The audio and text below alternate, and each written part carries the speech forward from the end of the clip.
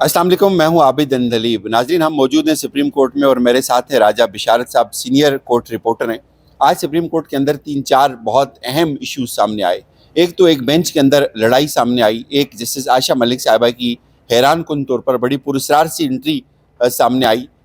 जजेस आपस में लड़े, वकला और जजेस की भी लड़ाई हुई। ये तमाम तर डिटेल हम लेंगे राजा बिशारत साहब से कि क्या कुछ हुआ। लेकिन हकीकत यह है कि इस इमारत के अंदर आग लगी हुई है, बड़े बड़े लोगों के सीनों के अंदर आग लगी हुई है और वो हर दिन आपको उसके शोले, उसकी हीट नज़र आती है। सर, ऐसा ही है? बिल्कुल सर, बहुत शुक्रिया आबद साहब। ये जो हमारे पीछे सुप्रीम कोर्ट ऑफ पाकिस्तान की जो इमारत नज़र आ रही है ना, ये कहा जाता है कि ये इंसाफ फराहमी का सबसे बड़ा अदारा है पाकिस्तान के अंदर। फौरी और सस्ता इंसाफ आवाम की दहलीज पर। लेकिन सूरत हाल अब ये है कि यहाँ पर जो मुनसिफ बैठे हुए हैं वो आपस में लड़ रहे हैं। बिलखुसूस 26वीं आईनी तरमीम आने के बाद जो मुनसिफ है, जो जजेस है, पूरी पाकिस्तान की जुडिशरी को उन्हें यह समझ नहीं आ रही कि सही कौन है, गलत कौन है। जजेस के जो बेंचेस के इख्तियारात की तकसीम का मामला है, उसी को लेकर बैठे हुए हैं, आपस में उलझ रहे हैं, लड़ रहे हैं रोजाना की बुनियादों पर। आज क्या हुआ एग्जैक्टली? मैं बताता हूँ आपको। आज जो ये उसी सिलसिले की कड़ी है जो यहाँ पर जो आईनी बेंच और रेगुलर बेंचेस में तकसीम के इख्तियारात का जो मामला था ना, इख्तियारात की तकसीम का, ये उसी सिलसिले की कड़ी है। जस्टिस मंसूर शाह ने 13 जनवरी 16 जनवरी को समातें की, वो जुडिशल आर्डर भी आया, कल फैसला भी आया उनका, और फिर ये आईनी बेंच के सामने केस लगा हुआ था, कल भी इसकी समात हुई थी और आज उसकी कंटिन्यूटी थी। आज जब समात शुरू हुई तो कल आपको पता है कि जस्टिस आयशा मलिक इस बेंच से अलग हो गई थी। हाँ जी। आज उनका फैसला आया, वो उन्होंने अलग होने की वजूहात बयान की कि मैं क्यों अलग हुई, क्योंकि वो रेगुलर बेंच में ये केस सुन चुके थे। लेकिन उन्होंने ये लिखा कि जो जुडिशियल आर्डर होता है वो इंतजामिया ऑर्डर से रिवर्स नहीं किया जा सकता।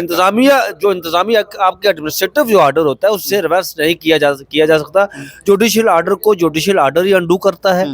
और फिर जो सुप्रीम कोर्ट ऑफ पाकिस्तान का जो फैसले देती है सुप्रीम कोर्ट, उनको मानना आपका आइन का आर्टिकल 190 और 89 इन दोनों को मिलाकर पढ़े ना, तो ये लाजिम होता है एग्जीक्यूटिव बाशमूल आपके चीफ जस्टिस के भी।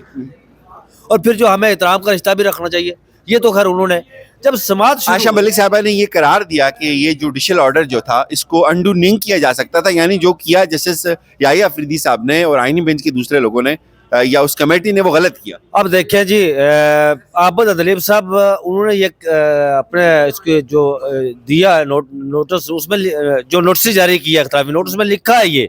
अब देखिए, ये दुनिया की किसी मुल्क की अदलिया की तारीख में ऐसा नहीं होता जी कि जुडिशियल आर्डर को आप इंतजामी आर्डर से अंडू करें। ये तो नहीं हो सकता ना। जुडिशियल आर्डर को हमेशा जुडिशियल आर्डर से अंडू किया जाता है। लेकिन यहाँ पर जो सारा ये पसूड़ी पड़ी वो यही पड़ी ना कि जुडिशियल आर्डर को chief justice Yahya Afridi, justice Aminuddin Khan, justice Jamal Mandokhel और जस्टिस मोहम्मद अली मजहर ने एक इंतजामी आर्डर से अंडू कर दिया जी, और उसको भेज दिया बेंच, आईनी बेंच के सामने। और फिर हैरान कुन बात ये कि एक केस अभी उसकी समात हो रही है।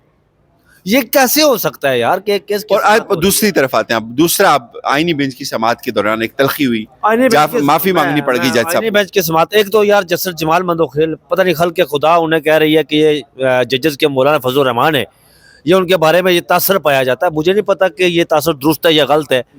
एक तो आज उन्होंने फिर अपना दुखड़ा सुनाया।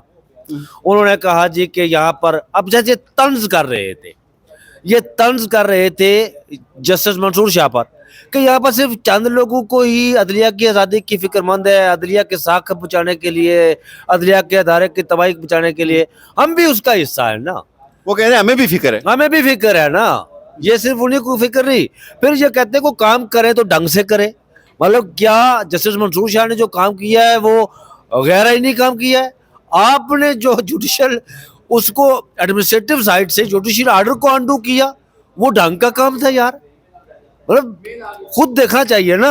जैसे जमाल मंदोखेल तंज कर रहे हैं मंसूर शाह पर, लेकिन खुद क्या किया उन्होंने? उनकी वैसे सलाउद्दीन के साथ भी लड़ाई। मैं बताता हूँ।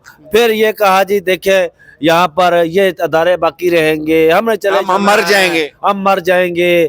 उस सबको पता है कि यहाँ पर किसी ने नहीं रहना। बका सिर्फ अल्लाह की जात को। काजी फिरौन ईसा जैसा फिरौन नहीं रहा। हाँ, काजी फाइज ईसा जैसा जो यहाँ पर खुद को फिरौन, बल्कि उनका मेंटोर जो है इफ्तिखार चौधरी भी खुद को बड़ा समझता था कि वो इतना फिरौनी था जितना हाँ। काजी था। वो भी नहीं रहे यहाँ पर, वो भी चले गए। कल सबने भी चले जाना है, आपने भी चले जाना है, हमने भी। लेकिन कुछ छोड़ के जाए ना लेकिन पीछे। ये बात ये है ना, वो कहते होते ना कि हर साहिब इक़्तिदार जो है ना, बका उसको नहीं होती, बका साहिब किरदार को होती है कि आप क्या छोड़कर जा रहे हैं। वही रहती दुनिया तक आपका किरदार गिना जाता और है। लड़ाई क्यों हुई बैरिस्टर सलाउद्दीन? यार बैरिस्टर सलाउद्दीन के साथ लड़ाई, जैसे मोहम्मद अली बजर जो खुद को पता नहीं क्या समझते हैं, आईनी दिमाग, वो बाकी को समझते हैं कि ये कोई गैर आईनी दिमाग है। गैर आईनी दिमाग नहीं, वो बिल्कुल लो लेवल के दिमाग समझते हैं उन्हें, और खुद को बदरी खदादात सलाहियतों वाला आईनी दिमाग समझते हैं। उनकी इंटरोगेटिव साख पर सवाल उठा दिया गया हाँ जस्टिस बैरिस्टर सलाउद्दीन की। हाँ। उन्होंने कहा कि हुजूर आप अगर मेरी साख पर सवाल उठा रहे हैं तो फिर मैं आपको इसी लहजे में जवाब दूंगा जिस तरह आप बात कर रहे हैं। को आप क्या साख है फिर किसी की? ये बीच में ये मामला हुआ, वहां पर ये लड़ाई हुई। मैं हैरान कुन तौर पर वहां पर एक और मामला हुआ आबद अंदलीब साहब। वो मामला ये हुआ कि जस्टिस मंसूर शाह के वो 13 जनवरी और 16 जनवरी के अहकामात को उन्हें रिकॉल किया गया, और जो जुडिशियल आर्डर था, ठीक है फाइल मंगवा सकते हैं वो, उसको साथ लगाकर कहा गया कि फाइल हमारे हवाले करें। इससे पहले जब समाअत हो रही थी तो अटॉर्नी जनरल ने बताया जाकर अदालत को कि जस्टिस मंसूर शाह का जो फैसला है हम उसके खिलाफ अपील करने जा रहे हैं। जो फुल कोर्ट जो full court order है। की तश्कील के लिए उन्होंने कहा। हम उसके खिलाफ नजरसानी एक तरफ उसको नजरसानी कर रहे हैं, अपील कर रहे हैं, एक तरफ उसको अंडू भी कर रहे हैं। मैं यही बात कर रहा हूँ ना। तो दूसरी तरफ जब ये आईनी बेंच ने यह किया कि 13 और 16 जनवरी के अहकामात को गैर मुसर किया, और फिर उनको अपने साथ जो जुडिशियल आर्डर था उसको साथ लफ करने के कहा गया, तो फिर अटॉर्नी जनरल साहब ने बताया कि अब हम जो है वो ये नहीं करेंगे, अपील नहीं करेंगे, नजरसानी दायर नहीं करेंगे उस फैसले के खिलाफ, क्योंकि वो अब मामला गैर मुसर हो गया है। ये सारी सिचुएशन जो थी, ये यहाँ पर ये सारा बिखेड़ा कहाँ से पड़ा आबद साहब? 26वीं आईनी तरमीम लाने वाले शाह दिमाग जो है ना, वो कहते हैं जिनके बारे में कि एक इस तरह इस्तेमाल होती है कि उन्होंने कभी जंग जीती नहीं, इलेक्शन कभी हारा नहीं, वो आज कहीं काफ़ी पी रहे होंगे, जजेस लड़ रहे हैं ना आपस में, दस्तों गिरवां है, पूरी अदलिया दस्तों इनका बस चले जजेस का ये ओपन कोर्ट भी मुक्के लाते शुरू कर दें। ऐसा ही है ना, ये जिस तरह दस्तों गिरवां है, लड़ रहे हैं, वो 26वीं आईनी तरमीम लाने वाले कहीं काफ़ी कसिप लेते हुए हंस रहे होंगे, देखो जी हमने इनको लड़ा दिया है। और ये यहाँ पर ये जो 7 रुकनी आईनी बेंच, कल बात की गई कि आप आर्टिकल 6 लगा दें, जमाल मंदोखेल साहब ने कहा। और सर जमाल मंदोखेल साहब, अगर आप आर्टिकल 6 लगाना चाहते हैं मंसूर शाह पर, तो फिर आप जिन्होंने फैसला नहीं माना था पंजाब और खैबर पख्तूनख्वा असम्बली का, उन पर क्यों नहीं आर्टिकल 6 लगता? नहीं, फिर आपने भी तो मंसूर अली शाह का जुडिशियल ऑर्डर उड़ा दिया ना। उड़ा दिया उस पर। अच्छा फिर यार वो देखिए, जुडिशियल ऑर्डर उड़ा दिया, उस पर आर्टिकल 6 नहीं लगता। फिर मुझे ये बताएं कि एक मखसूस नशिस्तों वाला केस जिसमें एक लार्जेस्ट बेंच अक्सरीती फैसला, उसमें जस्टिस अमीनुद्दीन और जस्टिस नईम अख्तर अफगान कहते हैं, लिख कर देते हैं जी कि मत मानो इनका फैसला, मत मानो इनको, आर्टिकल 6 पर नहीं लगता यार। फिर ये एक ऐसा फैसला इसी सुप्रीम कोर्ट ऑफ पाकिस्तान में रीराइट किया गया, दोबारा लिखा गया 63A का, उन पर नहीं लगता आर्टिकल 6। वो जो चैम्बर में बैठकर नजरसानी वाला फैसला मुबारक केस वाला, वो क्या था? वो आर्टिकल 6 का क्यों नहीं लगता उन पर? आज जो चीज़ बहुत ज़्यादा हाईलाइट हुई है वो ये थी कि अब जो जाती इनकी जो अंदर एक दूसरे से खार है, वो आहिस्ता आहिस्ता खुल के सामने आ रही है। बिल्कुल ऐसा ही है, जिनके अंदर जो जाती औनाद है, वो जाती औनाद नहीं कह सकते यार। मैं आपको बताऊँ, ये आप कह रहे हैं जाती खार या औनाद, मैं इसको मैं आपसे इख्तलाफ करता हूँ। इससे मैं इख्तलाफ इसलिए करता हूँ आबद अदलीब साहब कि सुप्रीम कोर्ट ऑफ पाकिस्तान के अंदर या पाकिस्तान की जुडिशरी के अंदर कोई बहुत ऐसे नेक नाम जज भी है जिन्होंने आइन और कानून का हल्फ उठाया हुआ है, जो आइन और कानून की सुपरमेसी की बात करते हैं, उसकी सरबलंदी की बात करते हैं। ये जंग वो है, एक तरफ वो जजेस हैं जो तस्मों के साथ लटक कर, ये जो 26वीं आईनी तरमीम की रात के अंधेरे में लाई गई ना, इसकी इलास्टिक शुदा शलवार पहनाकर उन्हें बेंच में बैठा दिया गया जी, जिसके सरबराह जस्टिस अमीनुद्दीन खान है। वो खुद को समझते हैं कि हम सब कुछ है जी, ये बाकी यहाँ पर जो बैठे हुए हैं जजेस, ये कुछ भी नहीं है। ये जंग वो है कि एक तरफ आईन और कानून की सुपरमेसी और दूसरी तरफ वो जो रात के अंधेरे में लोगों को, मेंबरान असम्बली को अगवा करके, उनको नज़रबंद करके, उनके कारोबार तबाह करके रात के अंधेरों में ये 26वीं आईनी तरमीम मंजूर की गई।